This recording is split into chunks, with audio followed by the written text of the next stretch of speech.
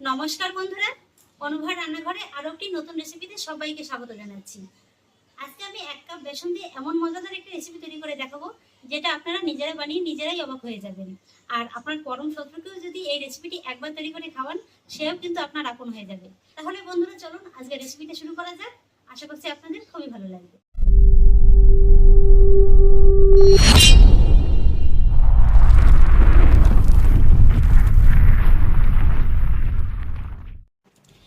বন্ধুরা, আজকের এই রেসিপিটির জন্য দেখুন এখানে নিয়েছি আমি 1 বাটি বেসন। আর বেসনটাকে কিন্তু আমি বাটির সমান সমান করে নিয়েছি। এবার সবার প্রথমেই আমি বেসনটাকে খুব ভালো করে একটু চেলে নেব। এই যে দেখুন, এই যে দলাগুলো আছে না, এইভাবে যদি চেলে নেওয়া হয় এই দলাগুলো কিন্তু একদমই থাকবে না। আর এবার এই চেলে নেওয়ার বেসনের ভিতরে আমি দিয়ে দেবো খুবই সামান্য একটু কেশরি ফুড কালার। তবে এটা সম্পূর্ণই অপশনাল, যদি অপছন্দ করেন স্কিপ করে যেতে পারেন। এবার আমি বেসনটাকে ফেটিয়ে নেব। আর সেই জন্য দেখুন নিয়েছি একই বাটি মেপে 1.25 বাটি জল। এখানে আমি অল্প অল্প করে জল দেব আর বেসনটাকে খুব ভালো করে ফেটিয়ে নেব।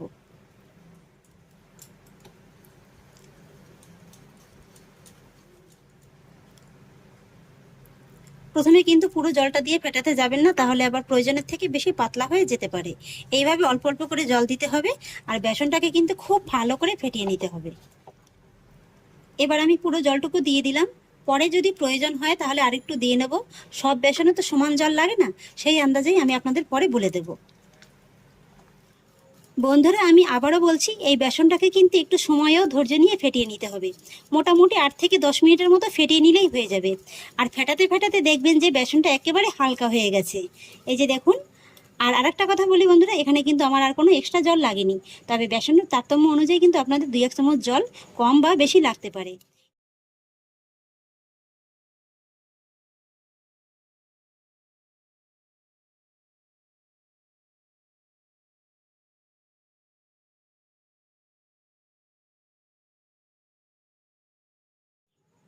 এবার আমি এই ব্যাটারটিকে ঠিক 10 মিনিটের মতো একটু রেস্টে রেখে দেবো। আর এই 10 মিনিটের ফাঁকে আমি আজকের এই রেসিপির বাকি প্রিপারেশনটা দেখিয়ে দেবো। বন্ধুরা, আজকে আমি বেসন দিয়ে কোনো রকম চিনির রসে ভেজানো বুদিয়াও তৈরি করে দেখাবো না, আবার বুদিয়া দিয়ে কোনো রকম লাড্ডুও তৈরি করে দেখাবো না। বেসন আর দুধ দিয়ে একটি দারুণ মজাদার রেসিপি তৈরি করে দেখাবো। প্লিজ আপনারা শেষ পর্যন্ত দেখতে থাকুন। আর সেই জন্য দেখুন এখানে আমি নিয়েছি 500 গ্রাম তরল দুধ। আর দুধটাকে কিন্তু আমি একবার শুধুমাত্র বলক তুলে নিয়েছি। এবার আমি গ্যাসের ফ্লেমটা মিডিয়ামে রেখে গ্যাসটাকে অন করে দিয়েছি। আর সবার প্রথমে এই দুধের ভিতরে আমি অ্যাড করব কাজু বাদাম গুঁড়ো। এখানে আমি 10 থেকে 12টির মতো কাজু বাদামকে এইভাবে একটু গুঁড়ো করে নিয়েছি। সেই সঙ্গে অ্যাড করব 3 টেবিল চামচ গুঁড়ো দুধ। এখানে এই রেসিপিটাতে যদি তরল দুধের সঙ্গে একটু গুঁড়ো দুধটা মিশিয়ে দেওয়া হয় না, খেতে কিন্তু দুর্দান্ত লাগে। এবার কাজু গুঁড়ো আর গুঁড়ো দুধটা আমি তরল দুধের সঙ্গে একবার ভালো করে মিশিয়ে দেব। এইভাবে যদি একটু কাজু গুঁড়ো আর গুঁড়ো দুধটা দুধের ভিতর দেওয়া হয়, দুধটাও যেমন খুব তাড়াতাড়ি ঘন হয়ে যায় আর খেতেও খুব ভালো লাগে। গুঁড়ো দুধটা আর কাজু বাদাম গুঁড়োটা যখন দুধের সঙ্গে খুব ভালো করে মিশিয়ে দেওয়া হয়ে যাবে আর সুন্দর এরকম ভাবে একটা বলক চলে আসবে, তখনই কিন্তু সঙ্গে সঙ্গে গ্যাসের ফ্লেমটাকে একেবারে কমিয়ে দিতে হবে। আর তারপরে এর ভিতরে অ্যাড করতে হবে চিনি। এখানে আমি একই বাটি মেপে হাফ বাটির থেকে একটু বেশি চিনিটা নিয়ে নিয়েছি। তবে চিনির স্বাদটা কিন্তু সম্পূর্ণই আপনারা আপনাদের স্বাদ অনুযায়ী দিয়ে দেবেন। আর সেই সঙ্গে দিয়ে দেবো সামান্য একটু লবণ। যে কোনো মিষ্টি জাতীয় খাবারে কিন্তু লবণটা দিলে খেতে খুবই ভালো লাগে। তবে আপনারা যদি লবণটা অপছন্দ করেন স্কিপ করে যেতে পারেন। এবার চিনিটাকে আমি দুধের সঙ্গে খুব ভালো করে মেল্ট করে নেব। চিনিটা খুব ভালোভাবে মেল্ট হয়ে গেছে। আর ঠিক এই পর্যায়ে আমি এর ভিতরে অ্যাড করব কিছুটা পেস্তা বাদাম কুচি। আর সেই সঙ্গে অ্যাড করব কিছুটা আমন্ড বাদাম কুচি। তবে এই আমন্ড বাদাম আর পেস্তা বাদাম কুচিটা যদি আপনাদের হাতের কাছে না থাকে, না দিলেও কিন্তু কোনো অসুবিধা নেই। তবে দিলে খেতে ভালো লাগে এই যা। আর এই সমস্ত উপকরণগুলো দেওয়ার পরে কিন্তু আর খুব বেশি সময় নিয়ে জাল করার প্রয়োজন নেই। গ্যাসের ফ্লেমটা একই রকম লোয়ে রেখে এই 3 থেকে 4 মিনিটের মতো একটু জাল করে নিলেই কিন্তু হয়ে যাবে। ফিরে এলাম 3 মিনিট বাদে। এই যে দেখুন বন্ধুরা, দুধটা কিন্তু আগের থেকে অনেকটা ঘন হয়ে গেছে। আর ঠিক এই পর্যায়ে আমি এর ভিতরে অ্যাড করব কিছুটা এলাচ গুঁড়ো। সুন্দর একটা ফ্লেভারের জন্য কিন্তু আমি এখানে এলাচ গুঁড়োটা ব্যবহার করছি। আর সেই সঙ্গে অ্যাড করব কিছুটা পরিমাণে কেওড়া জল। এই 2 থেকে 3 ফোঁটার মতো দিয়ে দিলেই হয়ে যাবে। এখানে আপনারা কেওড়া জলের পরিবর্তে কিন্তু গোলাপ জলটাও ব্যবহার করতে পারেন। তবে বেসনের সঙ্গে কিন্তু কেওড়া জলের সেন্টটা খুব ভালো যায়। আর এটা যদি অপছন্দ করেন কেওড়া জলটাও কিন্তু স্কিপ করে যেতে পারেন। ব্যাস সমস্ত কিছু আমার দেওয়া হয়ে গেছে। আর এবার গ্যাসের ফ্লেমটাকে একটু হাইতে দিয়ে জাস্ট 1 মিনিটের মতো ফুটিয়ে দেবো। এবার 1 মিনিট বাদে গ্যাসের ফ্লেমটাকে কিন্তু একেবারে অফ করে দেব।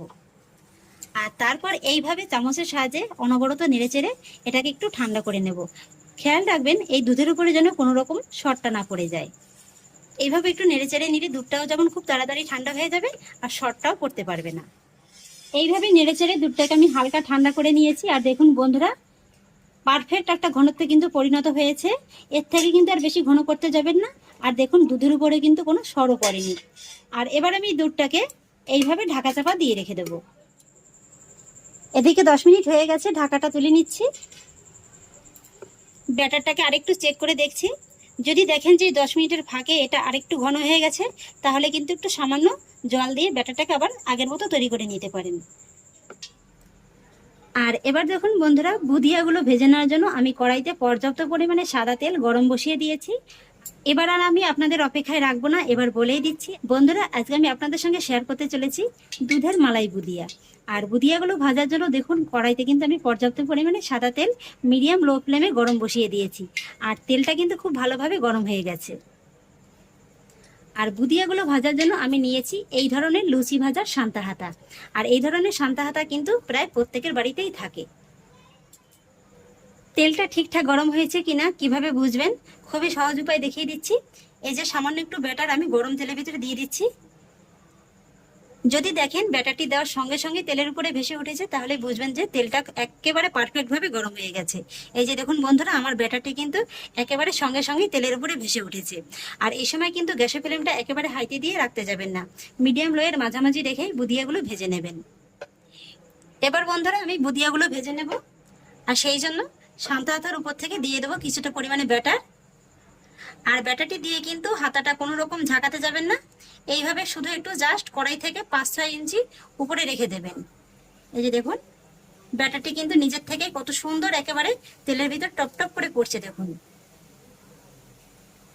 আর তেলটা যদি পারফেক্ট ভাবে গরম না হয়, এই ব্যাটারটি কিন্তু তেলের ভিতরে পড়বে ঠিকই, কিন্তু একটার গায়ে কিন্তু একটা লেগে যাবে। আর বুদিয়াগুলো কিন্তু গোল গোল হবে না, চ্যাপটা লেগে যাবে। এই যে দেখুন কত সুন্দর ভাবে পড়ছে দেখুন।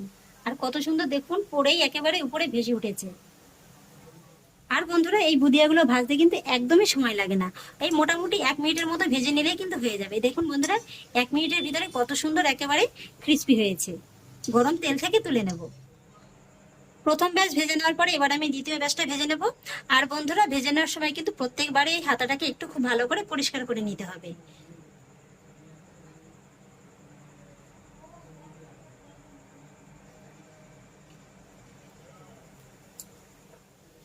এই যে বন্ধুরা আমার দ্বিতীয় ব্যাচের বোঁদেগুলো ভাজা হয়ে গেছে।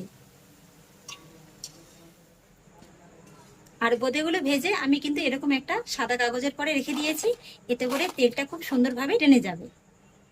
এই যে বন্ধুরা আমি এক এক করে সবগুলো বুদিয়া ভেজে নিয়েছি। আর বুদিয়াগুলো দেখতে দেখুন বন্ধুরা কত সুন্দর লাগছে। আর প্রত্যেকটা বুদিয়াই কিন্তু একেবারে খুব সুন্দর গোল গোল হয়েছে, এই যে দেখুন। আর এবার আমি দুধের পাত্রটা নিয়ে নিয়েছি। আর বন্ধুরা ভিডিওটা করতে করতে দেখুন প্রচন্ড বৃষ্টি শুরু হয়েছে। আর এবার আমি দুধের ভিতরে দিয়ে দেবো এই যে ভেজে নেওয়া বুদিয়াগুলো।